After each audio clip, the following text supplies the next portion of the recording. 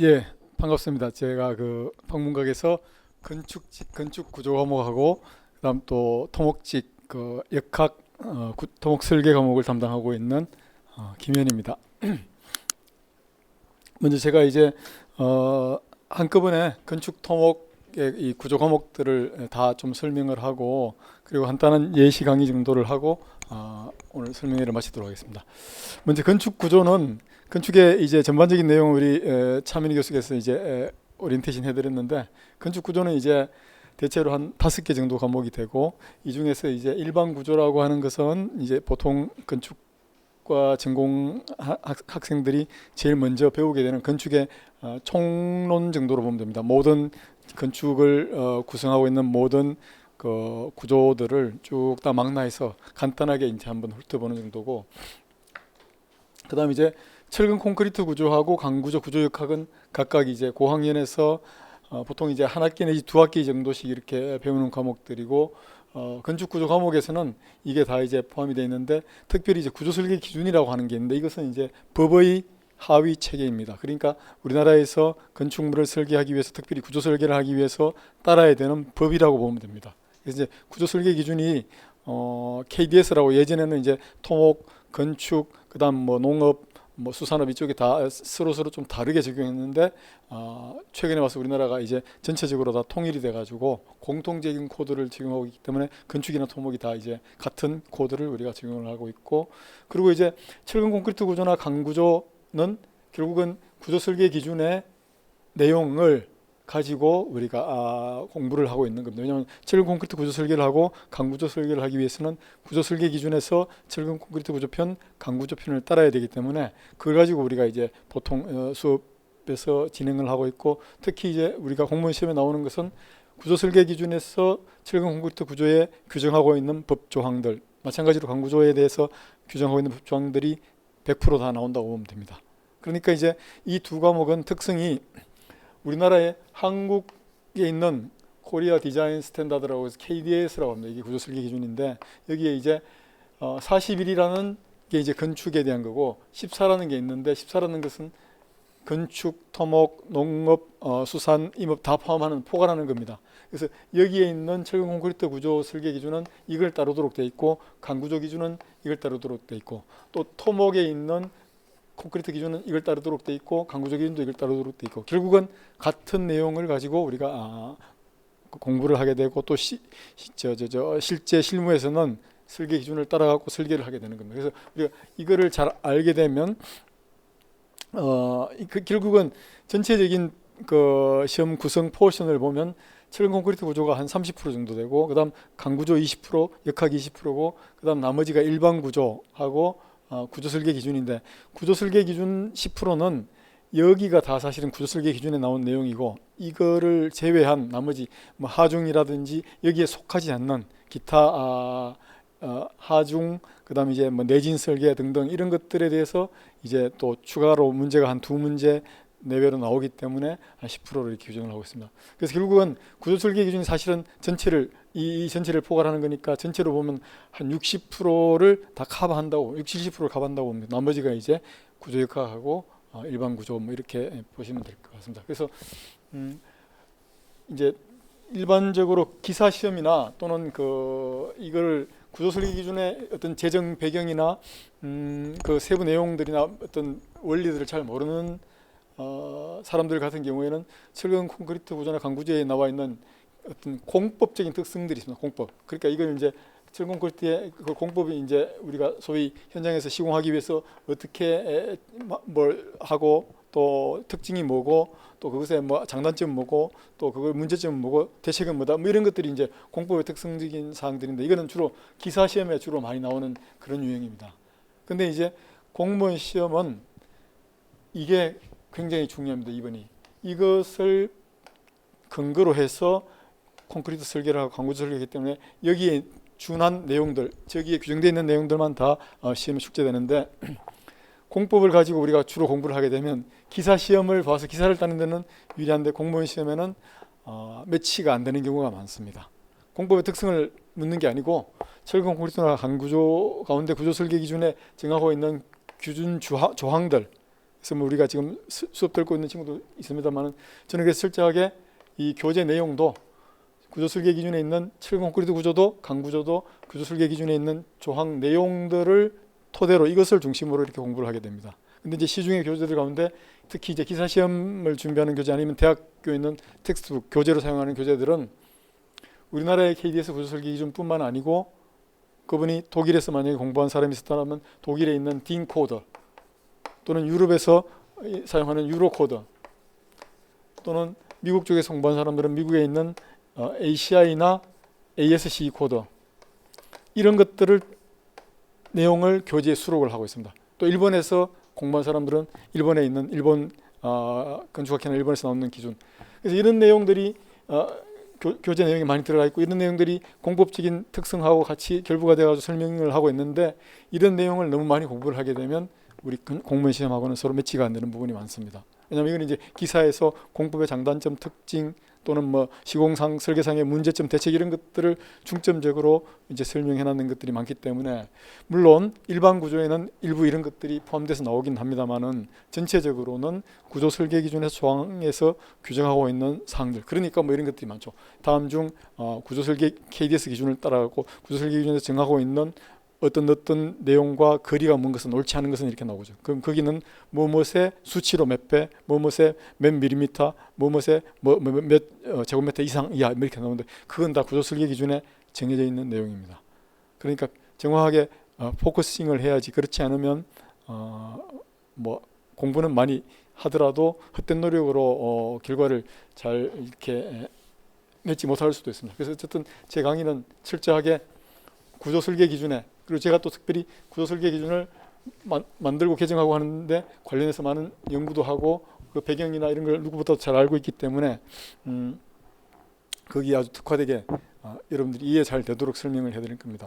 그것도 어쨌든 이런 구조설계 기준에 나오는 이런 내용들도 만약에 이제 어떤 분이 깊이 있는 내용을 모르고 배경을 모르고 자기가 책을 보고 거기 나와 있는 내용들 항목들을 그냥 자기가 오랫동안 보고 해서 기억해서 그걸 설명하는 거하고 이게 왜 이런 항목들을 이렇게 규정하고 있는지 그 배경이라든지 개념 원리를 알아서 설명하는 거하고는 차이가 큽니다. 왜냐하면 외우는 거는 그냥 그 줄줄줄 계속 외우고 또 문제에서 똑같은 말이 안 나오면 맞추기가 어려운데 배경이나 원리를 정확하게 꿰고 왜 이렇게 나왔다는 것을 이해를 하면 여러분들은 어떤 유형의 문제가 나오더라도 아마 충분히 다 커버할 수 있는 그런 실력을 갖출 수 있게 될 것 같습니다. 그래서 제 강의 특징이 이제 어쨌든 그렇게 한다는 거고 그래서 보면 이제 결국은 건축 구조 과목에서는 철근 콘크리트 구조가 제일 중요하고 제일 많이 나오고 그다음 강구조, 구조역학 이런 순으로 나오니까 이거 세 개는 확실하게 커버를 하고 그다음 구조 설계 기준의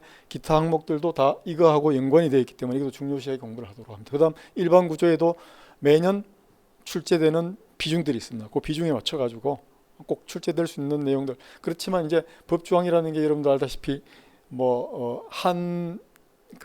예를 들면 이제 목구조에 이런 것만 해도 100페이지씩 되는 경우도 있는데 그게 수십 개가 되는데 그 모든 걸 다 막내에서 할 수가 없습니다. 그래서 이제 꼭 시험에 나올 수 있는 중요한 내용들, 특별히 이제 거기 나와 있는 조항의 개수라든지 조항의 중요도라든지 또 자주 사용되는 빈도 이런 걸 봐가지고 출제 가능성이 높은 것들을 추려낼 수 있는 능력이 있어야 됩니다. 그러려고 하면 기준을 잘 알고 재정이나 개정에 관여를 했고 검토를 하고 이렇게 했는 사람들은 그게 가능한데 일반 사람들은 그까지 수준에 도달하지 못할 수도 있습니다. 그래서 어쨌든 제가 그런 부분에서는 아주 정확하고도 깊이 있게 제가 잘 전달해 드릴 수 있고 그리고 이제 이 과목들을 이제 실제로는 이제 기초반을 우리가 보면 커리큘럼이 이제 기초반부터 시작해 갖고 이론반 이렇게 나가는데 기초반에서는 아주 초보적인 내용을 다루고 그다음 이제 이론반에서 지금 이제 진행하고 있는데 실제로는 우리가 정기 커리큘럼은 7월부터 시작되는 커리큘럼이 이제 정규반의 본 커리큘럼입니다. 지금 하고 있는 것은 3, 4월에 기초반 했던 사람들이 연계를 해가지고 이제 하고 있고 올 6월에 이제 계속 연계를 해갖고 하고 있는데 7월부터 이제 첫 번부터 새로 시작되는 반이고 이 7월부터 시작되는 반은 실제로 이제 건축을 전공하신 분들도 있는데 전공자들은 당연히 유리하겠지만 비전공이라든지 또는 초보자, 특히 이제 문과, 지금 우리 수강생에도 영문과 출신도 있고 그런데 이런 분들도 충분히 한 커리큘럼을 따라가면 합격할 수 있는 성적을 우리가 얻을 수 있도록 그렇게 진행해 드리도록 하겠습니다. 그래서 쭉 우리가 만든 자료를 보면서 좀 설명을 드리도록 하겠습니다. 그래서 이제 뭐 이 구조 쪽에는 계산 문제들이 많이 나오는데 이제 뭐 특별히 계산을 하기 위한 기초부터 제가 이제 강의를 할 때 초기에 설명을 하고 있습니다. 예를 들면 이제 시험에 필요한 수학이라든지 물리 기초 또는 공학의 기본적인 용어라든지 또는 단위계 또는 기초 연산법, 그래프를 어떻게 해석하는지 또 문자 공식으로 주어진 식을 어떻게 우리가 말로 풀어서 이해를 하고 그것을 문제에서 활용하는지 뭐 이런 것들을 기초에서 쭉 다루고 있습니다. 그렇게 다루고 그 다음에 이제 본격적인 내용으로 들어가는데 특별히 여기서 이제 조금 제가 언급드릴 사항은 우리가 이제 기술직, 시설직이라고 하죠. 그런데 토목직하고 건축직 두 개가 있는데 특별히 이제 토목직은 뒤에도 설명하겠지만 이게 이제 응용 역학이라고 역학이 비중이 한 과목입니다. 한 과목. 20문제 나오죠. 그죠? 그 다음에 이제 토목 설계가 있는데 토목 설계는 앞에서 보았던 우리 건축 구조 과목에 이 철근 콘크리트 이게 한 60%, 70% 나오고 강구조가 한 15% 나오고 그 다음에 이제 이거 말고 그 프리스트레스드 콘크리트라고 하는 게 있습니다. PSC라고. 요게 이제 한 10%, 15% 나오고 그 다음 역학이 한두 문제 포함될 수도 있는데 이게 메인입니다. 철근 콘크리트 구조가. 그 다음 강구조가 그 다음이고 그 다음 프리스트레스 구조 이게 포함돼요. 요 세 개가 거의 나온다고 보면 돼요. 토목 설계가. 근데 이제 주로 문제를 푸는 게 많습니다. 역학하고 토목 설계 둘 다 계산 유형으로 문제를 푸는 것들이 많기 때문에 이것은 이제 내가 만약에 이제 비전공이라든지 초보자 같은 경우에는 이것은 계산 문제가 많습니다. 계산 문제가 거의 한 7, 80% 이상이 된다고 보면 됩니다. 계산 문제가 많기 때문에 산수 또는 수학을 어느 정도 하고 좀 그런 기초가 조금 있다라고 하면 토목직을 선택하는 게 압도적으로 유리합니다. 이것은 이 역학 과목 꽈락만 맞으면 거의 합격이라고 보면 됩니다. 거의 꽈락에서 다 날아갑니다.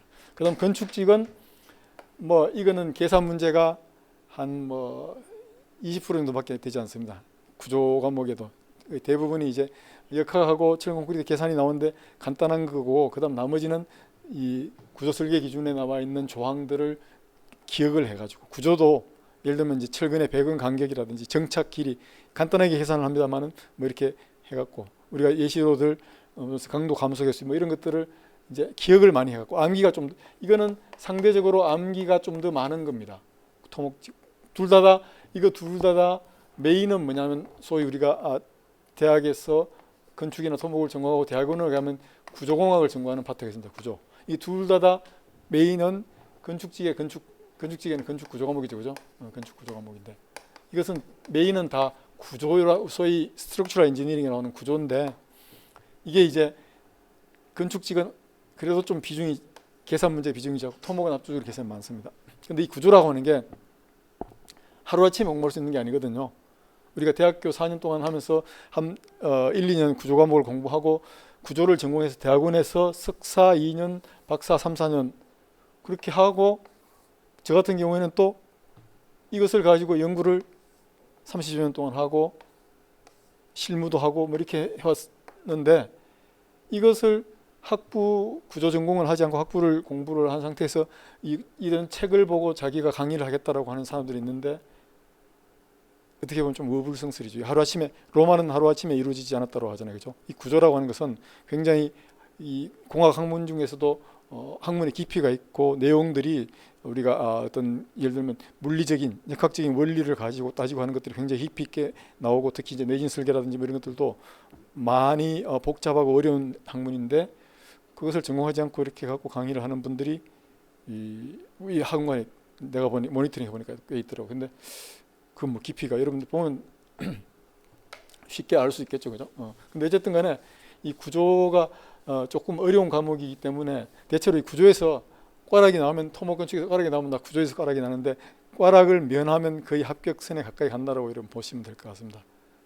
그렇지만 저는 목표가 다 70점 이상입니다. 아무리 못해도 70점 충분히 여러분 얻을 수 있도록 이렇게 제가 제기를 해드리도록 하고, 강의 내용을 뭐 강의를 수강하신 분들은 아마 그 내용을 알 겁니다. 그래서 어쨌든 계산 문제가 어려움이 있다고 하더라도 저는 이제 이것을 기초부터 시작해 가지고 어느 정도 수준까지 충분히 나가고, 그렇다고 해서 뭐 굉장히 복잡하고 어려운 수학 내용을 풀고 그런 건 아닙니다. 우리가 이미 다 알고 있는 기본적인 삼각함수의 기본 삼각비라든지 피타고라스 정리라든지 뭐 이런 것들 활용을 하고, 척분은 면적 구하는 거니까 면적은 뭐 가로 곱하기 세로 아니면 뭐 삼각형 같은 경우는 밑변 곱해 높이 나누기 뭐 이런 건데, 그런 거 정도밖에 안 되는 거니까 그렇게 심하게 어려운 건 없습니다. 근데 어쨌든 간에 그래도 조금은 알고 그런 쪽에 조금 저게 있으면 비전공자거나 내가 문과나 또는 이 행정직인데 이 둘 중에 어떤 걸 하기를 원한다라고 하면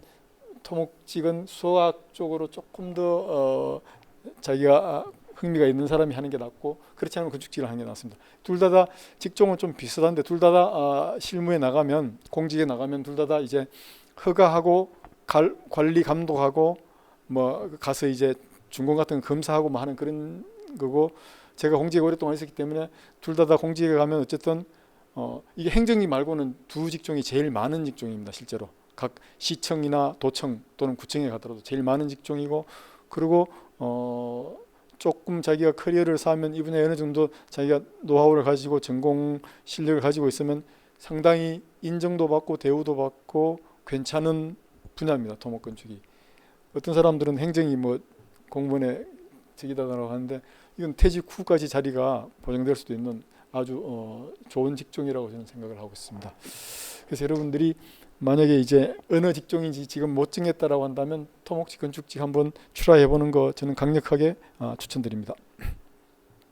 제 강의는 특별히 이제 원리를 철저하게 파악을 해가지고 쉽게, 그리고 충분히 여러분들이 이해해가지고 어떤 전체적인 흐름을 잡고 핵심 개념들을 파악할 수 있도록 그렇게 강의를 하고, 또 필요하면 내용들을 이미지화 하든지 스토리로 해가지고 쉽게 기억되도록 그렇게 합니다. 그래도 안 되는 것은 억지로라도 말을 만들어 가지고 제가 그것을 스토리를 만들어 가지고 기억할 수 있도록 합니다. 그러니까 원리를 깨우쳐 갖고 쉽게 이해될 수 있는 것들은 그 원리를 통해서 여러분들이 바로 이해해 갖고 문제에 적용할 수가 있는데, 원리를 깨우쳐도 그 아이템 항목이 너무 복잡하고 많아 가지고 다 문제에 나오는, 시험에 나오는 것들을 다 기억하기가 어려운 경우에는 제가 일단은 말을 만들어 드립니다. 재밌는 말이든 웃기는 말이든 또는 뭐 좀 심각한 말이든 말을 만들어서 그 말을 두세 번 되뇌이면 나중에 가서는 그 말을 기억하고 문제가 나오면 그것을 가지고 떠올려서 해결할 수 있도록, 어쨌든 제가 그렇게 책임지고 해드릴 테니까 여러분들